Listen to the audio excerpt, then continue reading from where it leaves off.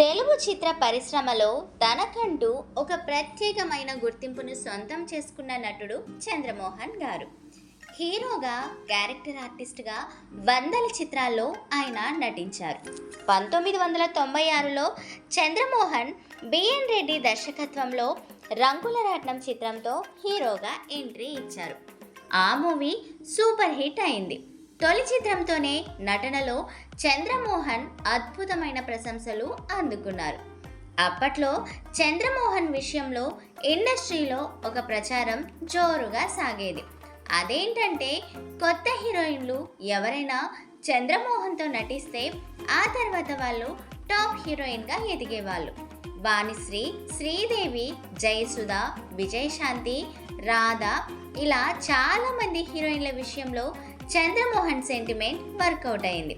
చంద్రమోహన్ కూడా ఓ ఇంటర్వ్యూలో మాట్లాడుతూ ఆ సెంటిమెంట్ నిజమే, కానీ చాలామంది హీరోయిన్ల విషయంలో అది ఎలా అంత అద్భుతంగా జరిగిందో నాకు కూడా తెలియదు.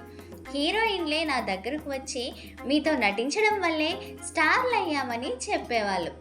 లెజెండరీ నటి వాణిశ్రీ విషయంలో జరిగిన ఒక సంఘటనని చంద్రమోహన్ బయటపెట్టారు.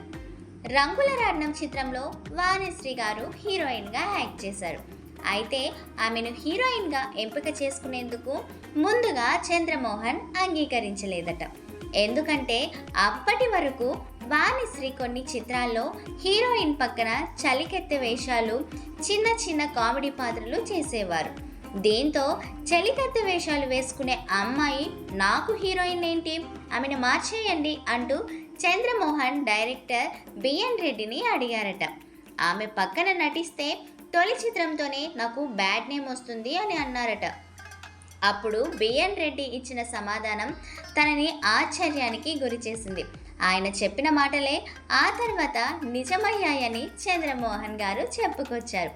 వాణిశ్రీని తక్కువగా అంచనా వేస్తున్నావు, ఏదో ఒకరోజు ఇండస్ట్రీని రూల్ చేస్తుంది చూడు అని బిఎన్ రెడ్డి చెప్పారట.